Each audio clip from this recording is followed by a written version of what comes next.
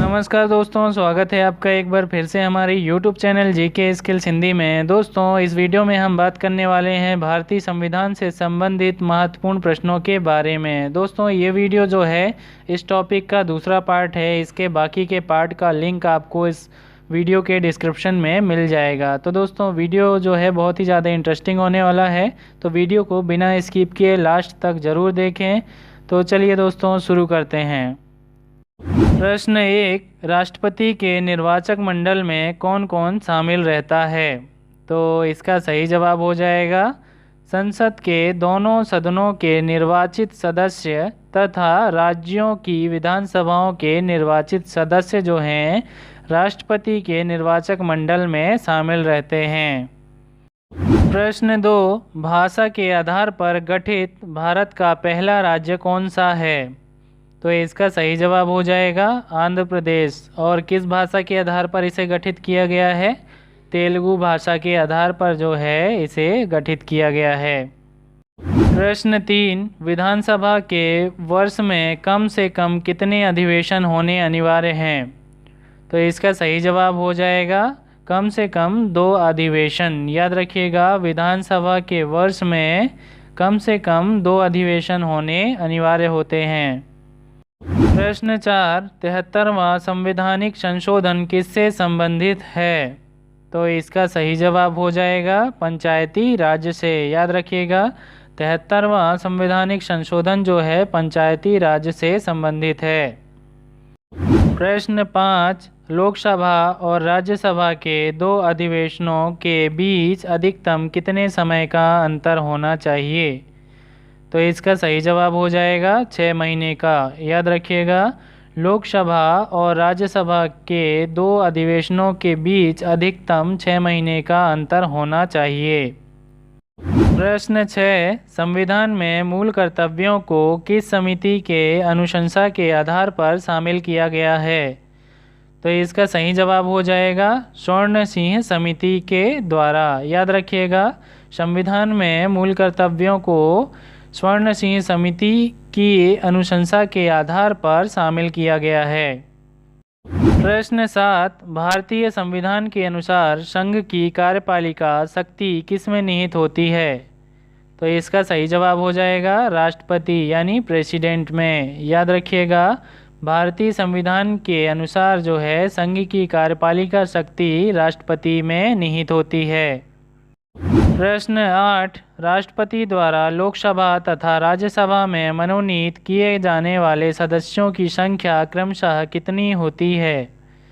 तो इसका सही जवाब हो जाएगा लोकसभा में 2 सदस्य एवं राज्यसभा में 12 सदस्य। याद रखिएगा, राष्ट्रपति द्वारा लोकसभा में 2 सदस्य मनोनीत किए जाते हैं और राज्यसभा में 12 सदस्य मनोनीत किए जाते हैं। प्रश्न 9, संविधान सभा के अस्थायी अध्यक्ष के रूप में किसे नियुक्त किया गया था? तो इसका सही जवाब हो जाएगा डॉक्टर सच्चिदानंद सिन्हा को। याद रखिएगा, संविधान सभा के अस्थायी अध्यक्ष के रूप में डॉक्टर सच्चिदानंद सिन्हा को नियुक्त किया गया था। प्रश्न 10, राष्ट्रपति पर महाभियोग का आरोप संसद के किस सदन द्वारा लगाया जा सकता है?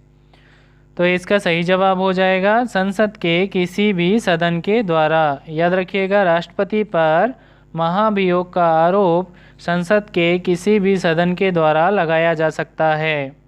प्रश्न 11, संसद द्वारा अनुमोदित के बाद किसी राज्य में राष्ट्रपति शासन एक बार में कितने समय तक के लिए लागू किया जा सकता है?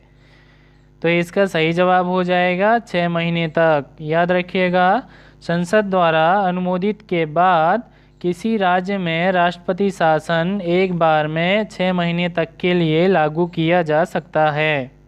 प्रश्न 12, राष्ट्रपति राज्यसभा में कितने सदस्यों को मनोनीत कर सकता है?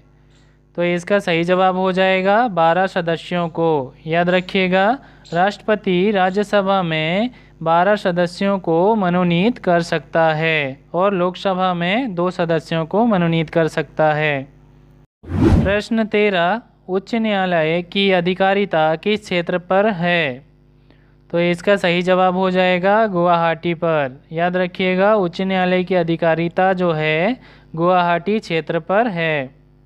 प्रश्न 14, किस राज्य में विधानसभा सदस्यों की संख्या सर्वाधिक है? तो इसका सही जवाब हो जाएगा उत्तर प्रदेश में। याद रखिएगा, उत्तर प्रदेश राज्य में विधानसभा सदस्यों की संख्या जो है सर्वाधिक है। प्रश्न 15, बलवंत राय मेहता समिति का गठन किससे किया गया था? तो इसका सही जवाब हो जाएगा पंचायती राज व्यवस्था से जो है बलवंत राय मेहता समिति का गठन किया गया था। प्रश्न 16, उच्च न्यायालय के न्यायाधीशों के कार्यकाल की सीमा कितनी होती है?